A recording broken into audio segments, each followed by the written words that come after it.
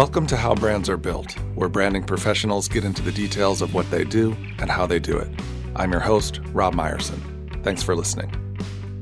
Today's episode is brought to you by SquadHelp, the world's #1 naming platform.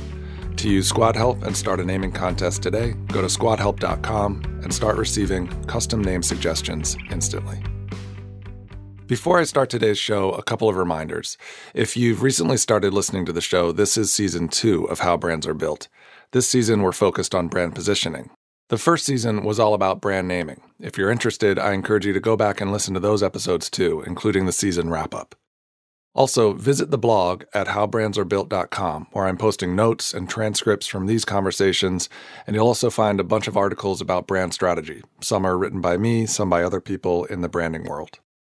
Lastly, if you haven't already, please go leave a rating and review in Apple Podcasts. It helps other people find the show, and it helps me make more episodes like this one. Okay, public service announcement over. Today, I'm talking to Alan Adamson, co-founder and managing partner of Metaforce. I first heard Alan's name when I came across his first book, Brand Simple: How the Best Brands Keep It Simple and Succeed. At the time, Alan was the North American chairman of Landor Associates, a global branding firm. Since then, he's written 3 other books, most recently Shift Ahead. And he's also a sought-after industry commentator with appearances, quotations, and articles in everything from The Today Show to The Wall Street Journal to Forbes. I spoke with Alan about simplicity, brand platforms, and trends in branding. And you may even learn a new word on this episode, ad lob. If you're curious what that is, stay tuned. Here we go.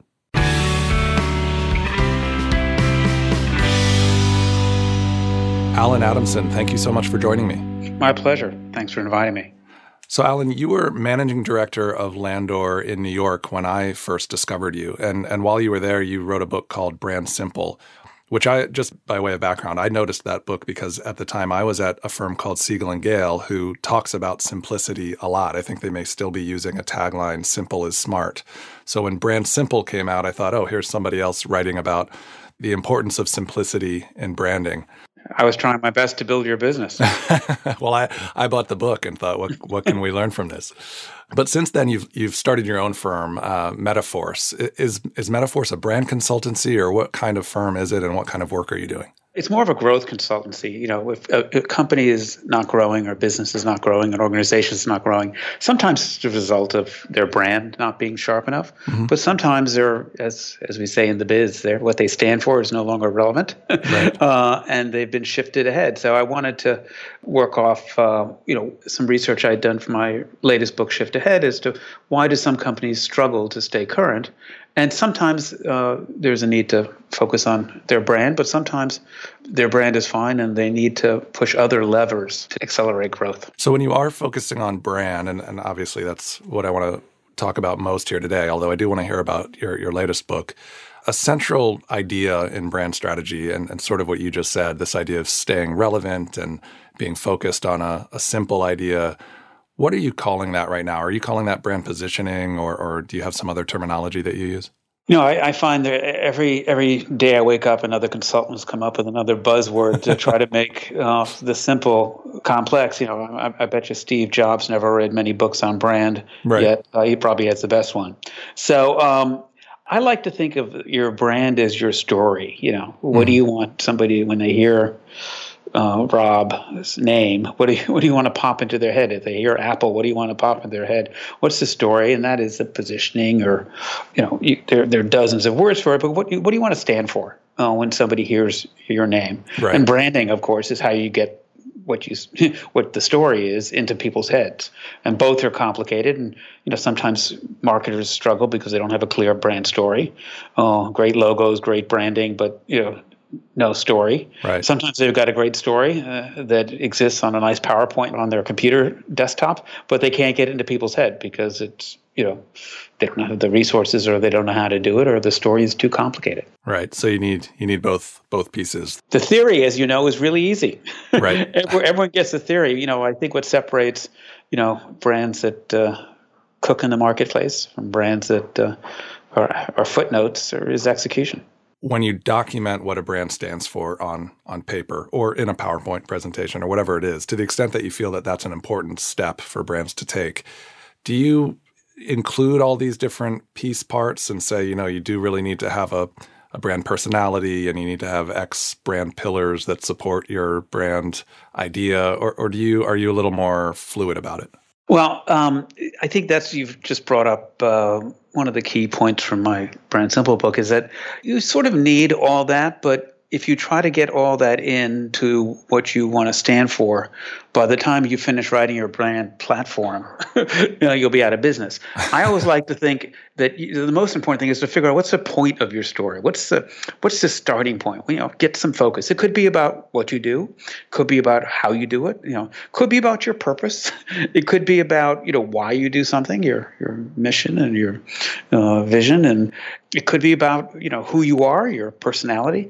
But for sure, if you try to make it about everything, only you will know what your brand stands for, and you'll never be able to get it out, because great execution, great branding requires real tight focus and simplicity. And so, yes, you need all that, but if you throw everything but the kitchen sink at the wall, you're not going to have a powerful brand. And how do you, as whether it's your company and you're trying to build your own brand, or as a consultant working with clients, how do you determine what to focus on? It's easy to look at a template and say, oh, I just need to fill out these boxes. I need 3 brand personality traits. Let's figure those out.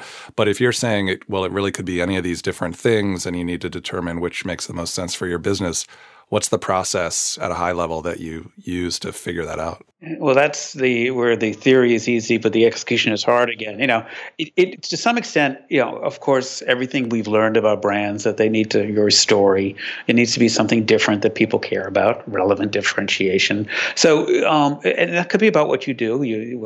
How you make packages deliver overnight of your FedEx, or why you do something. But the trick is to figure out what's going to be your most relevantly differentiated point of your story, and start there and make sure you hammer that across before you get into, and we're also your trusted, confident, carefree advisor.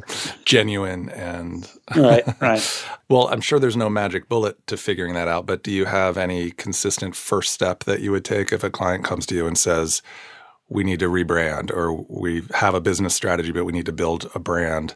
I certainly like, getting all the possible things you could say about your story on paper, and maybe on little index cards that, were made with natural ingredients, were organic, were fun, whatever the benefit, get everything on a little index card. And then a little bit of an exercise thing. If you're going to tell the story, try to put them in a little pyramid.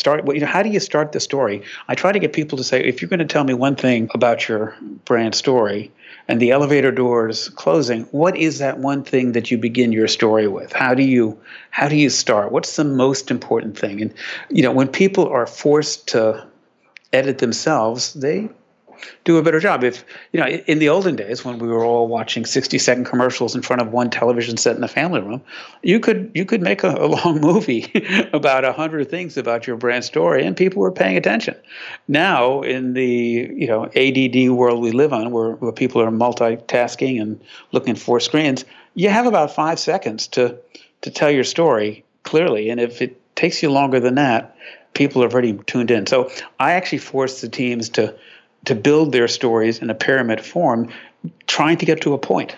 Because if they can't get to a point, then their audience won't be able to get to a point. And then do you think there's ever any call for these more detailed models out there? I'm sure you've seen things like David Ocker's brand, I believe he's now calling it the brand vision model, or just the brand houses and things that you see inside of agencies and companies. Is there ever a good reason to have those, or do you feel like they're always a bit of a waste? Well, sometimes they help the organization internally get alignment, and people understand everyone in every department what they stand for.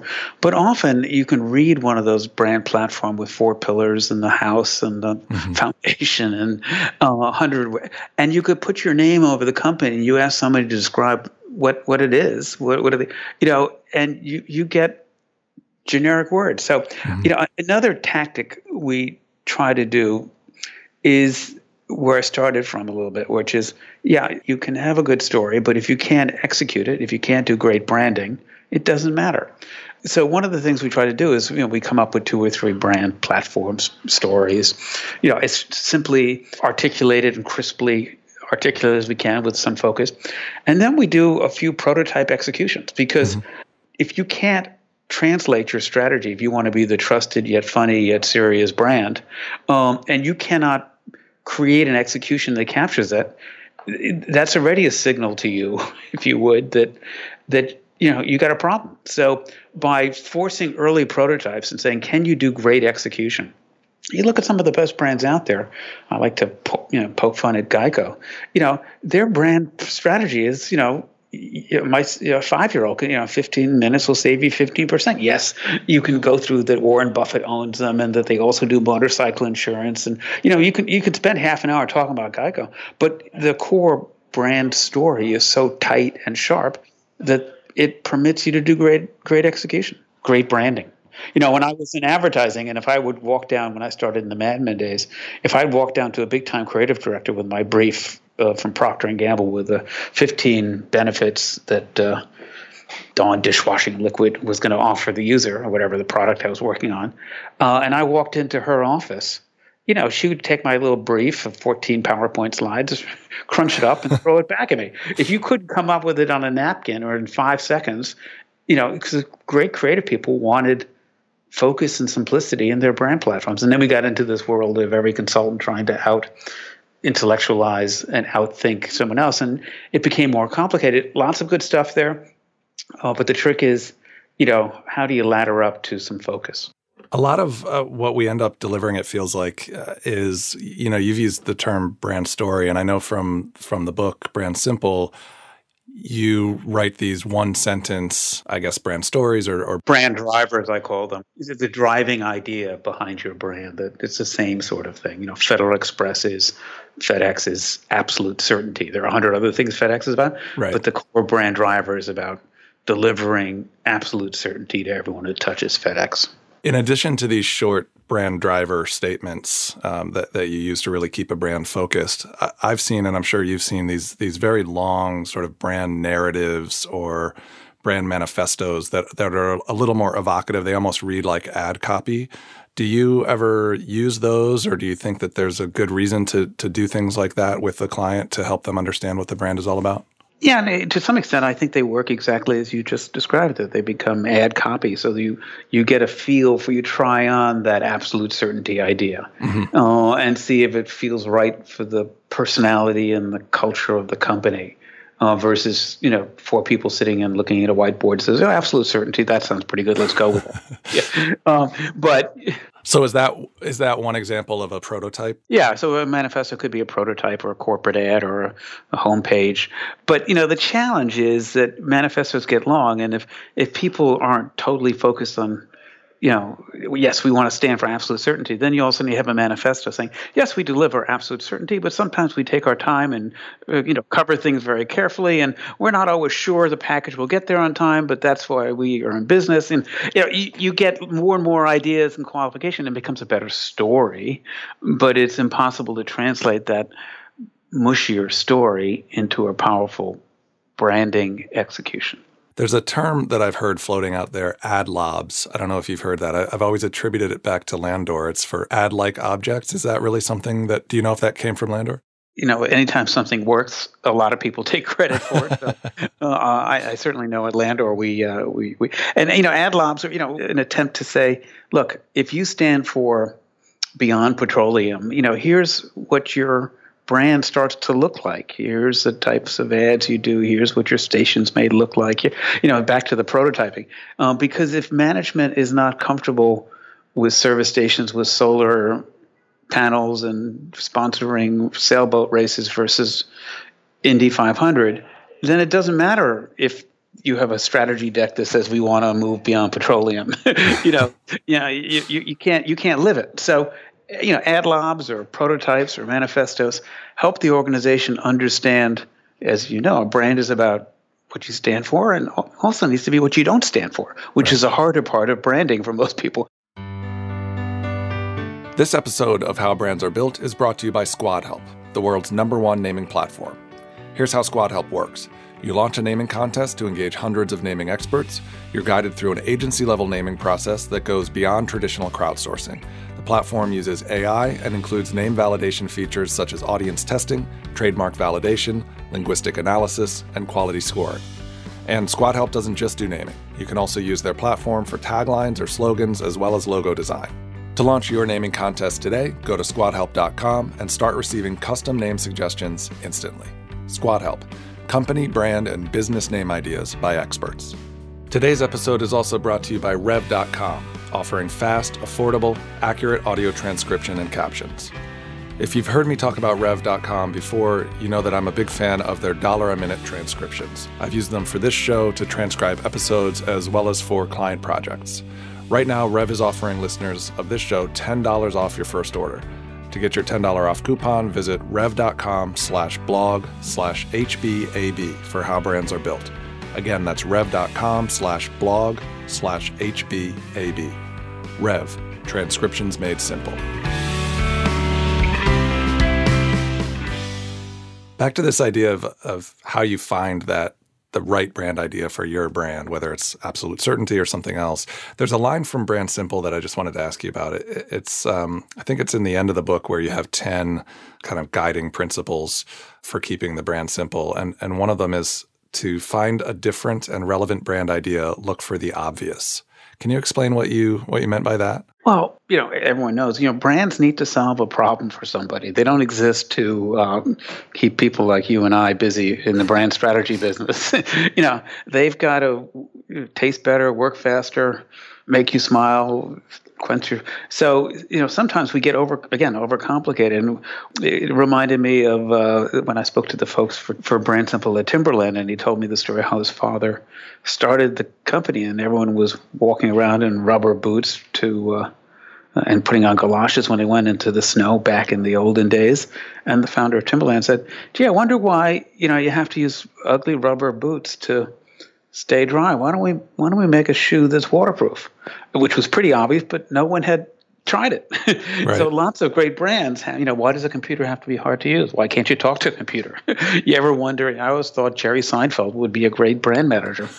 You ever wonder why computers, you have a stupid keyboard or you can't talk to them, or you have to put, reverse, shift, control, option, command to erase something. So that sounds like the beginning of a great exercise for a workshop is what would Jerry Seinfeld make fun of in your industry? And maybe there's an insight there. Yeah, there's a great routine he does, which your listeners should look at. But it's called the drugstore, and he's standing in front of the shelf, in front of the analgesic shelf, the pain relief shelf. And he says, "Now, do I want something that will work fast, or do I want something that will last long? Do I have more pain now, or do I want to be in pain later on? Do I want extra strength, or do I want super extra strength, or do I want maximum? Yes, give me the maximum amount of pain release, humanly allowable, dial it back, give me something that will kill me and then dial it." In other words, this whole routine, just by reading the branding, if you would, on Bayer aspirin and Aleve and Advil, and you see how silly all these terms are. What do you think is happening right now? And maybe this is where we can talk a little bit about shift ahead.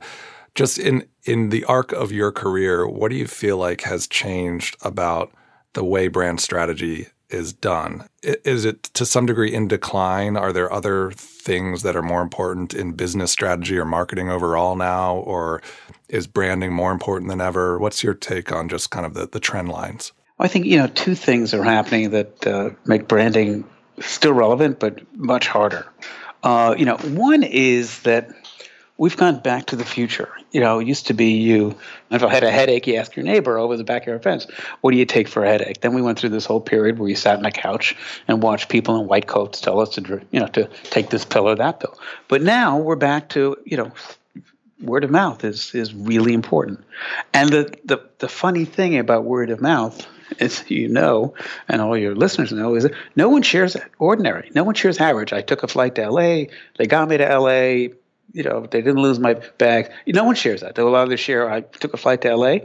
and the pilot landed in Cleveland, he got lost, or something extraordinarily happened on the flight. They served me French toast for breakfast instead of a bag of peanuts. So brands need to figure out how they can be more extraordinary, and that means, as they look at all their branding things and their packaging and their logo and their name and their ads and their website, everyone has sort of a checklist mentality. It's all sort of nice, but boring and invisible. Inoffensive. Yeah, and it's all tested well. That everyone says so yes, but no one wakes up and says, "Oh my goodness, did you see this?" And so I think part of success is figuring out what are the one or two things you can do extraordinary. Make your website phenomenal, or don't spend forever analyzing it. No one's going to double your business if you have an average website. You need one, but figure out where you can play to win, and that's really hard. Is that part of the underlying theme of Shift Ahead? Yeah, part of the Shift Ahead is that everyone's trying to do everything and they're doing it okay. But to succeed in growing your business, you have to figure, what are the growth levers? What are the one or two things, back to focus, I need to do better than anyone else. And then doing it better, which is really, really hard. So, you look at the cell phone business, every phone looks the same. They're all 2x3 and slick and clean. And, you can go to a Verizon or a AT&T store and look at the shelf. And it's phenomenal how much everything, it's a sea of similarity. Mm-hmm. So, yes, there are other reasons that people buy phones now based on software and other ecosystems, but ultimately every category is trying to look like the cell phone category. And so if you're going to break through, you're going to have to figure out, back to where we started, how do you solve a problem? How do you do something different that people care about? So a question I always ask authors like you, other than your own books, we talked about Brand Simple and Shift Ahead. I know you've written other books as well, but what branding or business books do you recommend, whether they're recent things that you've read or just some of the old classics that you always refer back to? One of the things I try to do, I try to read books that or not business books. I try to read books about politics, about history, about the human condition, anything to get out of my bubble. This is a bit of a story, but when I was coming out of business school, I was interviewing at Ogilvy & Mather, a large ad agency, and I had, apparently answered a few questions right, and done my 7 interviews without spilling coffee on anybody. And finally, I'm in the CEO's office, and I'm all set to tell the CEO, how to do market segmentation and all that. And his first question to me was not, how do you do market segmentation? Was, tell me about the last book you read. Tell me about the last movie you saw. Tell me about the last show you went to. Wow. And I think, you zoom out. So I'll ask the Ogilvy and Mather question then. What's a recent one that you've read that you just recommend? It doesn't have to have anything to do with branding. I like *Sapiens* a lot. A Brief History of Humankind by Hari. And it just gets you to look at evolution, look at humans, look at history, and other than knowing the facts of when the revolution happened and when this king was overthrown, it just tells a story. I've heard that one recommended, and it sounds great. I haven't picked it up yet. The other one he wrote is *Homo Deus*, which is a brief history of the what's coming after Homo sapien.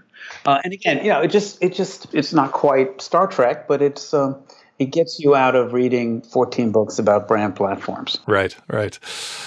So last question for you then is just given the success that you've had in your career at Landor and now at Metaforce, and I know you do a lot of teaching as well, do you have any pieces of advice that you like to give to young people that are interested in getting into brand consulting or marketing, whether they're on the strategy side or not? Great question, Rob. I mean, I always tell people to, if they're not thinking about what they do when they're at the gym or running in the park, then do what you're thinking about when you're running in the park or at the gym. Don't look at your job as something, I got to go to the office and answer 400 emails and, by 4:30 I'll be able to get out. So the people that love what they do, when I met founders of successful companies throughout my career, my father-in-law was in the shopping mall business.